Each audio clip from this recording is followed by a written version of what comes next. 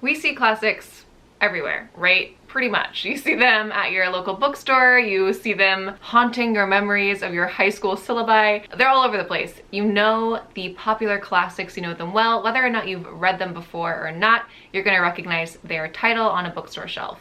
So this video is actually dedicated to the classics that for some reason or another the modern world has largely forgotten, even though they are completely worthy of being remembered. So who knows why some books, some classics have been more popular in modern culture than others? I don't know, I can't explain it. But there are books out there that really deserve to be remembered and to be loved and be experienced by readers like you and me. That is what this video is dedicated to, a little love note to some forgotten classics that I adore and recommend. So without further ado, let's jump into this list of forgotten classics from time gone by. Dramatic voice into the distance. All right, let's dive in. First is a book that I absolutely adore. It is one of my favorite books of all time. It is one of the books that I recommend to everyone. It's a book that I think everyone should read once in their lives. Maybe not today, maybe not tomorrow, but when the time stirs in your soul, definitely have this on your bookshelf for you ready to go. It is Earth Abides by George R. Stewart from 1949, back in the day. This is a post-apocalyptic work, but instead of focusing on the disaster itself like most apocalyptic or post-apocalyptic novels, instead George R. Stewart focused on the rebirth, the resurrection of humanity. I have gotten extremely literary in my descriptions of this. I was interviewed on the literary edit for my Desert Island books, and this is one of them, and I actually got really fancy with it. I said it's the evolution of a modern world once ruined by cataclysm and the return to humanity's most basic being by a new but stunningly original Prometheus. And then I said, I'm sorry if I've gone on a bit of tangent here. I did, in fact, go on a tangent in that feature. But in a few words, Earth Abides is humanity at its most naturalistic core. So basically, I'm obsessed with it. I love it. I adore it. I don't understand why most people haven't heard of it, especially in a modern market that seems to be so obsessed with apocalypses. How does one say that? Anyway, there may not be zombies and monsters and all of that general mayhem, but it's interesting to me that this classic that is so beautifully written and wonderfully told and is about life itself. Oh my god, I know I'm going like so big in scope on this, but that's what it is. Essentially what happens is a young man who's a little bit isolated, he gets bitten by a snake in his little isolated like cabin in the woods, and he passes out.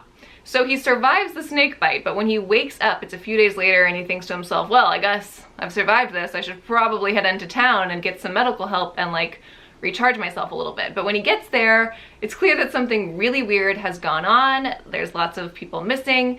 That's just like, I don't want to ruin it for you. But essentially, that is just the seed for this novel. The truth of this novel has a lot to do with humanity and how it is an enduring, a complex thing. It talks about the origin of gods, it talks about survival, it talks about finding happiness, it talks about ecology, it talks about social problems.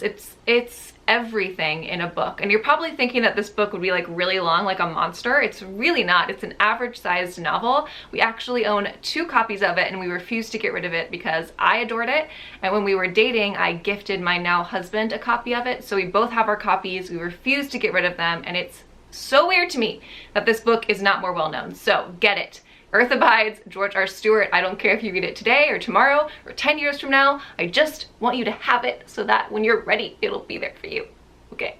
Now that I've gushed about that one enough, the next is Hound by Ken Greenhalgh. This is a classic that I've talked about in my best horror of 2018, but it's definitely the epitome of a forgotten classic. So if you've watched my videos, you've probably seen it in my best horror of 2018. However, the book itself is from like 1977, yes.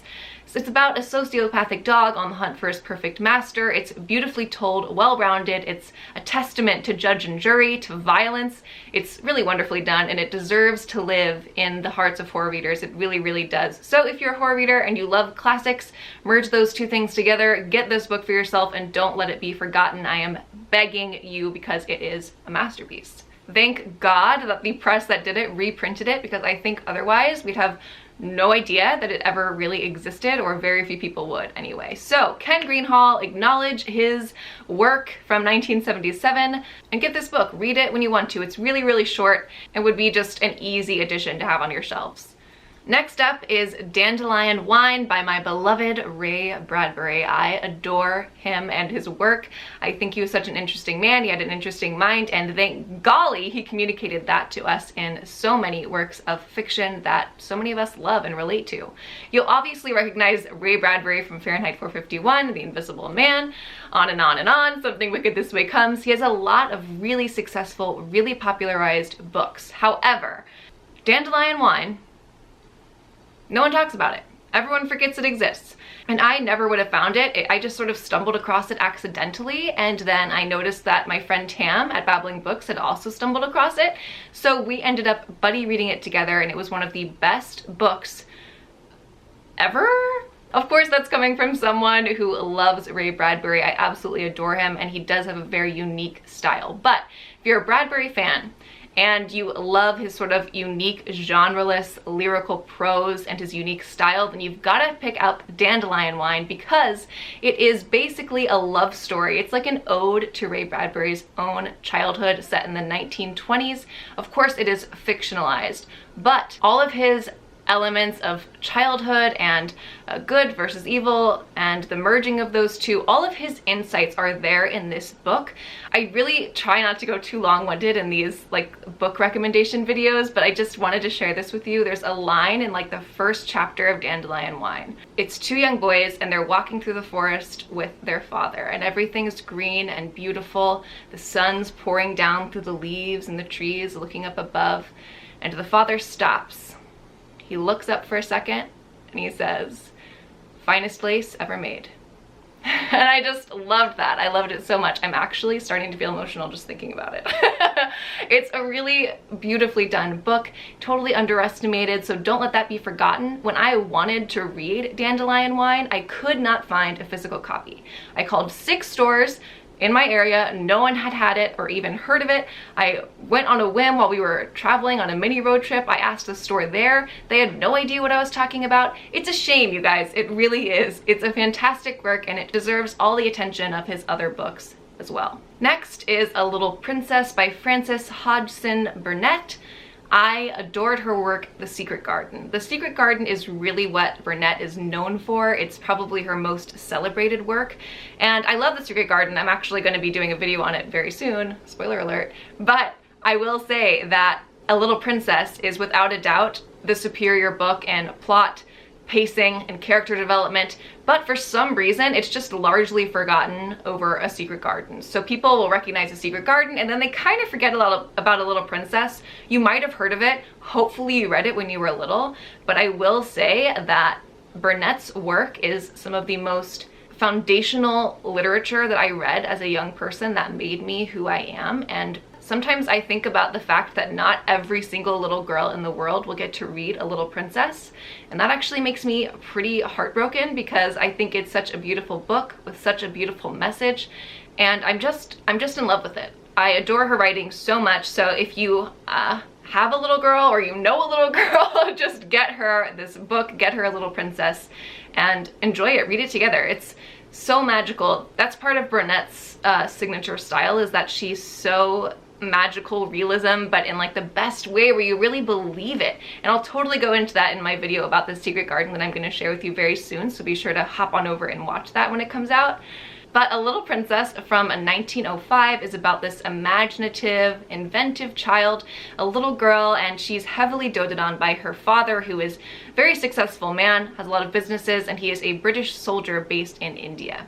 Now this little girl, Sarah Crewe, she is sent to a boarding school in London, so that her father can take care of things and, you know, do what people did in 1905, which was, if you had the money, send your child to a boarding school. So that's the sort of scenario we're in right now. While Sarah is heavily doted on by her father, she would be, if she was any other child, she'd be really intensely spoiled, but Sarah has this inherent goodness and kindness and humility in her that means that she's never ever like rude. She never ever pushes anything on to other people. She's just like an open, imaginative, amazing child who is one of my role models even as an adult. So she's at her boarding school for a few years when suddenly her father's solicitor shows up and says her father has passed away and she is now penniless. So this young girl, who is very doted on, sort of spoiled, but not traditionally so, in that she's very kind-hearted and wonderful, is forced to live a very different sort of life. She is put into servitude at the school where she lives. She's put into her wooden attic where it's cold and life's miserable. And we basically have like a reverse Dickens novel where someone started with a lot and then they got absolutely nothing. And she has to sort of hold on to her own in the face of lots of different things. The city itself, this horrible cranky headmistress who's like against everything she says. And I feel like I've explained this far too long now. So that's the basic plot. I'm gonna leave it at that because I don't want to take too much time on any of these books individually, but I will just say I adore this book. Please, for the love of Oprah, read it. Oprah doesn't have anything to do with this. I just say that sometimes. It's like a weird thing that I say. I don't know. We have 3 more, and the next one is Gone with the Wind. Not only is Gone with the Wind one of my all-time favorite classic films, I love it so much, but it's also one of my favorite books. I'm sorry that was very aggressive, but I just really like it. Why does no one talk about Gone with the Wind anymore? I don't get it. I feel like it's a book that you've sort of maybe heard of, or a movie that you've heard of once, but you don't really know much about it other than it's like really long in a Civil War era thing. Well, I'm telling you, you are missing out. This book is super long, so it's perfect if you love big books. It's about 1,000 pages, I think, and the movie itself is also extremely long. It's got Clark Gable, hello, and Vivian Leigh, who's basically the most gorgeous thing to walk the planet, okay? I always feel like it's so hard to describe these epic books because you're afraid to either say too much or say too little. I tend to err on the side of less because it's usually just so fantastic that it's like nearly impossible to explain in a few sentences. So this is a sweeping Civil War era epic. It's about a femme fatale, Scarlett O'Hara, who is basically the bee's knees, and you will hate her. But let me tell you something, she gets it freaking done. I almost said a curse word. She's fantastic, one of the best written characters probably of all time. And then you have Rhett Butler as also the other main character of this. There's lots of characters, just want to warn you that right now. But one of the other main characters, and the most well-known, is Rhett Butler, who is like this black sheep, kind of scandalous, sort of successful outcast. And this is a deep old South. People say a lot of things about the South. I'm from the South. But there is a culture there in the old South, like back in the day, a culture that after the Civil War ceased to exist. So goods and bads, evil and good, whatever, it had its beautiful parts. Of course, awful things happened in the South, but great things happened there too, as is any piece of history. This is a way to celebrate parts of the more interesting characteristics of the social culture of the South, especially during such an interesting time in American history. So if you are easily offended, probably don't read it, probably don't watch it. But if you are more willing to accept that history is history, then definitely give it a shot. It's one of my absolutely favorite things ever. The characters absolutely fan-friggin-tastic, and the sets are just like glorious. I don't want to get into like a filmmaking thing, but yowza. The sets, the coloring of that film, I'm getting like on a tangent again. God, it's hard for me to talk about classics quickly. We are quickly discovering that in this video, that I cannot just say 2 sentences about a classic and then shut up. I'm gonna try though. I'm gonna try my best. If you have not seen the movie, and hey, if you don't want to read the book, they are a little different, but like the point's the same. If you just want to watch the movie, girl, watch it, okay? It's amazing. It's 4 hours long though, so either watch it in segments or just say to yourself, I am going to eat a lot of unhealthy snacks in the next 4 hours and embrace it. It's a fantastic film. I've said enough. On to the next one. Second to last is Tarzan of the Apes. If your knowledge of Tarzan begins and ends with the 1999 Disney film, then you are missing out, my friend. This is a forgotten classic in the sense that it's a title everyone knows, but it's not a book everyone knows or reads anymore. It's one of those things that you just know without knowing how you know it sort of situation, and I'm telling you, the book is really, really fun. At least book 1 was. My husband read the first 3. I've only read book 1. Actually, no, I read book 1 and 2 and then never read the 3rd one. And there's more than that. We just have an edition, a really beautiful edition with the first 3 books in it. So here's the deal on Tarzan. Obviously, the basic premise is what you already know. Tarzan is a story about a boy turned to man who was raised by apes in the jungle. These stories were initially published serially in a magazine in I think like 1918 or something. I have it written down somewhere.